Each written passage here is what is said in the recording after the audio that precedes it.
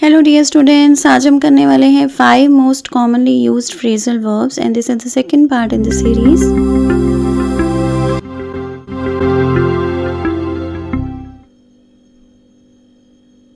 Number 1, drop out. Drop out का meaning होता है क्विट अ क्लास और अ स्कूल एट्सेट्रा। ओके, इसका मीनिंग होता है कि क्लास को या फिर स्कूल वगैरह को छोड़ देना।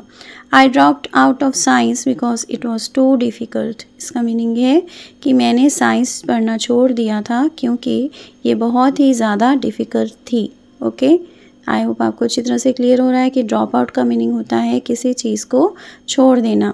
आप कोई काम कर रहे थे लेकिन आप उसे बीच में ही छोड़ देते हो, तो इसको आप इंग्लिश में बोल सकते हो ड्रॉप आउट कर देना। ठीक है, तो अब हम बढ़ने वाले हैं सेकंड फ्रेजल वर्ब की तरफ। लास्ट वीडियो भी मैंने फ्रेजल वर्ब्स के ऊपर बनाया था जिसमें कि मैंने 5 most commonly used phrasal verbs आपको बताई थी। आई होप आपने वो देख लिया होगा। अगर नहीं देखा है तो इसका लिंक मैं डिस्क्रिप्शन में शेयर कर दूँगी, वहाँ से आप देख सकते हैं। और आज भी मैं आपको कुछ ऐसे ही 5 most commonly used phrasal verbs बता रही हूँ जिन्हें कि हम ऑलमोस्ट डेली यूज़ करते ही रहते हैं। तो चलिए अब हम बढ़ते हैं सेकेंड फ्रेजल वर्ब की तरफ।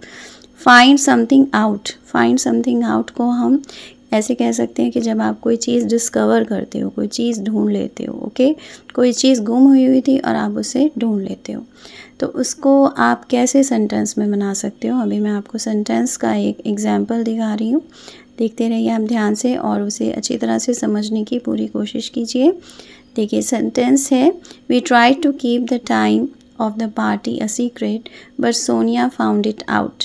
इसका मीनिंग है कि हमने कोशिश करी कि पार्टी का टाइम हम सीक्रेट रखें, लेकिन सोनिया ने उसे ढूंढ लिया। फाउंड इट आउट यानी कि उसने डिस्कवर कर लिया, उसे पता चल गया। ओके, आई होप आपको अच्छी तरह से क्लियर हो रहा है कि फाइंड समथिंग आउट का मीनिंग होता है डिस्कवर करना, कोई चीज़ पता चल जाना या फिर कोई चीज़ ढूंढ लेना। ओके, अब हम बढ़ते हैं थर्ड फ्रेजल वर्ब की तरफ, गिव अप।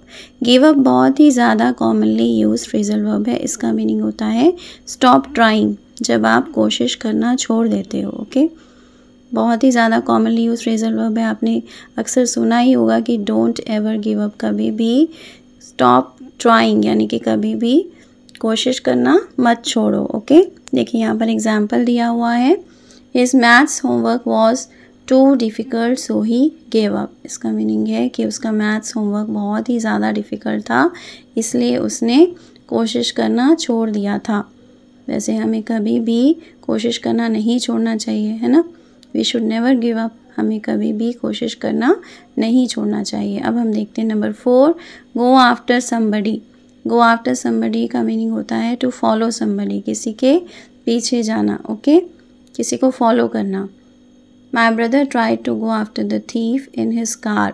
मेरे भाई ने चोर का पीछा करने की कोशिश करी अपनी कार में। ओके, इसका सेंटेंस का मीनिंग ये है, मेरे ब्रदर ने थीफ का पीछा करने की कोशिश करी अपनी कार में, या मेरे ब्रदर ने अपनी कार में थीफ यानी चोर का पीछा करने की कोशिश करी। लास्ट देखते हैं गो अहेड। गो अहेड का मीनिंग होता है टू स्टार्ट और प्रोसीड, कोई काम शुरू कर लेना या फिर उसे प्रोसीड करना। Please go ahead and eat before the food gets cold. इसका मीनिंग है कि प्लीज़ स्टार्ट करिए इससे पहले कि खाना ठंडा हो जाए। ओके, आप किसी को बोल रहे हो कि खाना ठंडा होने से पहले आप उसे खाना स्टार्ट कर दीजिए। ओके, आई होप आपको अच्छी तरह से क्लियर हो रहा है कि गो अहेड का मीनिंग होता है टू स्टार्ट और प्रोसीड। यहाँ पर मैं आपको फिर से बताना चाहती हूँ कि फ्रेजल वर्ब्स बहुत ही ज़्यादा इंपॉर्टेंट रोल प्ले करती हैं जब आपने अपनी इंग्लिश वोकैबुलरी को इम्प्रूव करना होता है। आई होप आपको आज का लेसन अच्छी तरह से समझ में आ गया है। Thanks for watching, keep learning, see you in the next video. Please subscribe to my channel if you haven't done it yet and please give me your comments. Thank you.